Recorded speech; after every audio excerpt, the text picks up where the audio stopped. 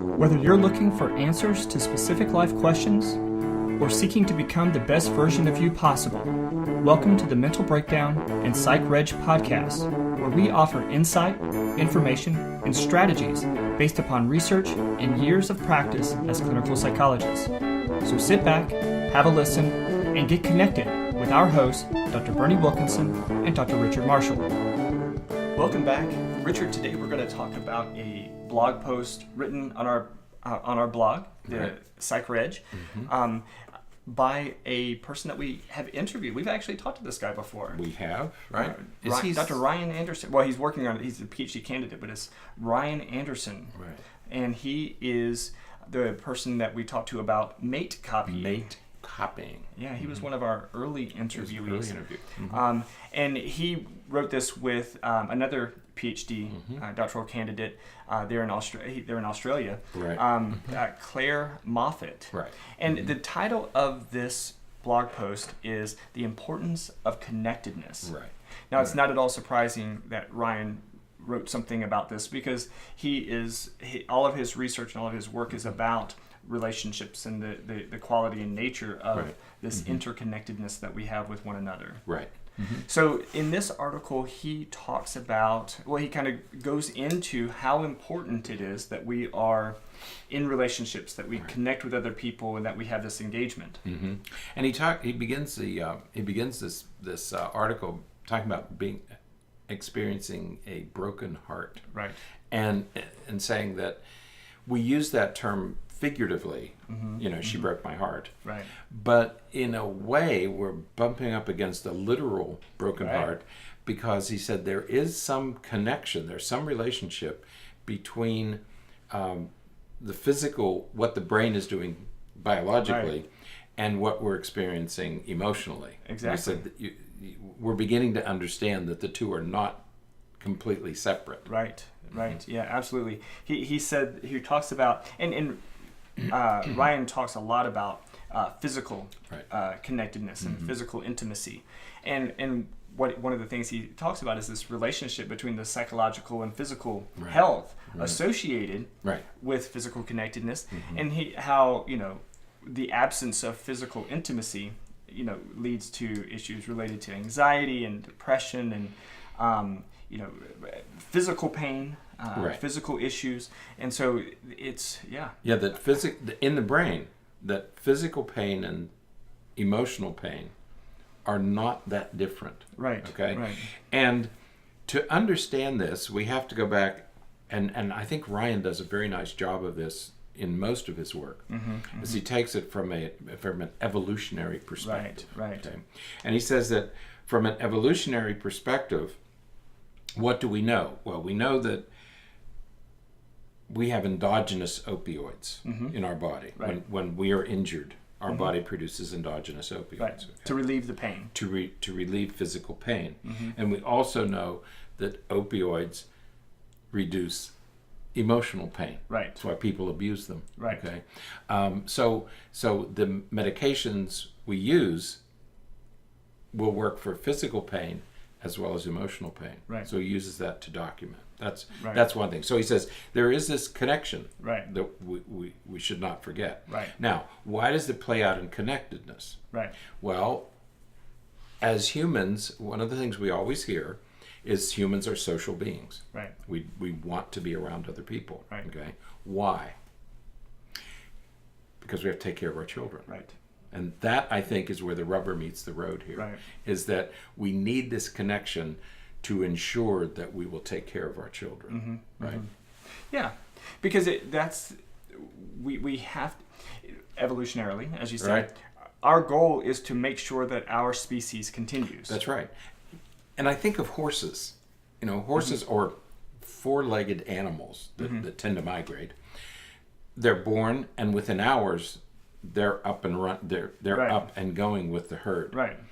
Ours take years. Yeah. So in our species, we have to invest an enormous amount of time in getting our offspring to become independent, and it doesn't happen until adolescence. Right. Okay. And so we have this enormous investment that we have to make in people. So it's not, as and I think Ryan would say, it's not too much of a stretch to think of, wow, this is biologically driven, right? Because we have to do this in order for the species to survive, right? And those who don't take care of their children, those children die off. So whoever doesn't have this characteristic, eventually that's going to die off, right? Yeah, I mean, when we hunter-gatherer days, exactly, we were not the biggest animal. Smartest, fastest. So we had to figure out how to adapt, and so we had power in numbers.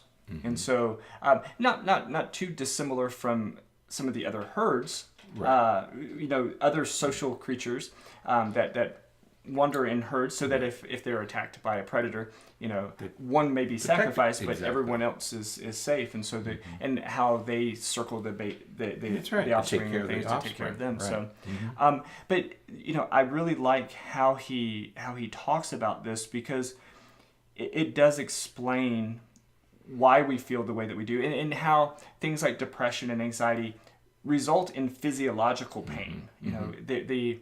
If you've ever seen an advertisement for Cymbalta, for example, they talk about it helps with the physical pain associated with depression.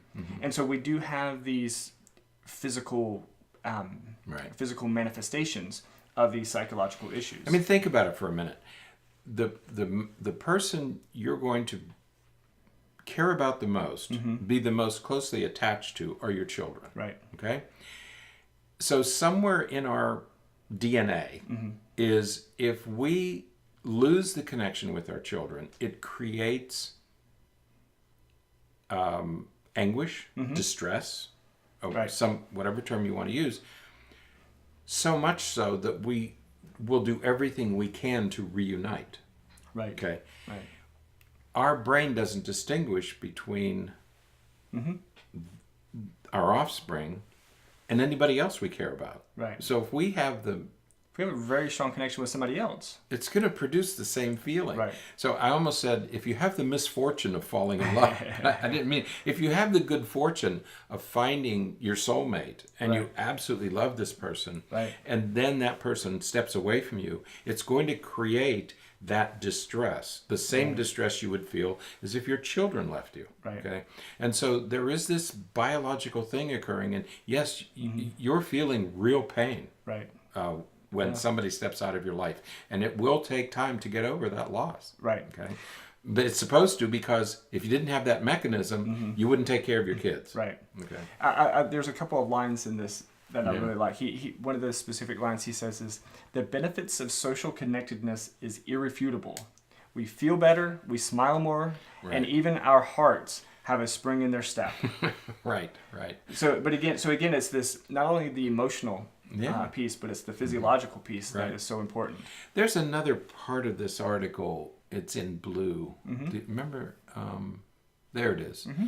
That research has shown that physical intimacy is associated with reduced levels of stress, depression, pain, increased pelvic function, which means you can move better, improved gait, a slimmer, more healthy waist, because you're not storing that fat that comes from stress, better cardiovascular health, can lead to reduced blood pressure, and the list goes on and on. I mean, physically, we're just better off being connected to other people. Absolutely. Social isolation is not good for our species. Right. And there's a wonderful line in one of the books that you and I used to use for teaching.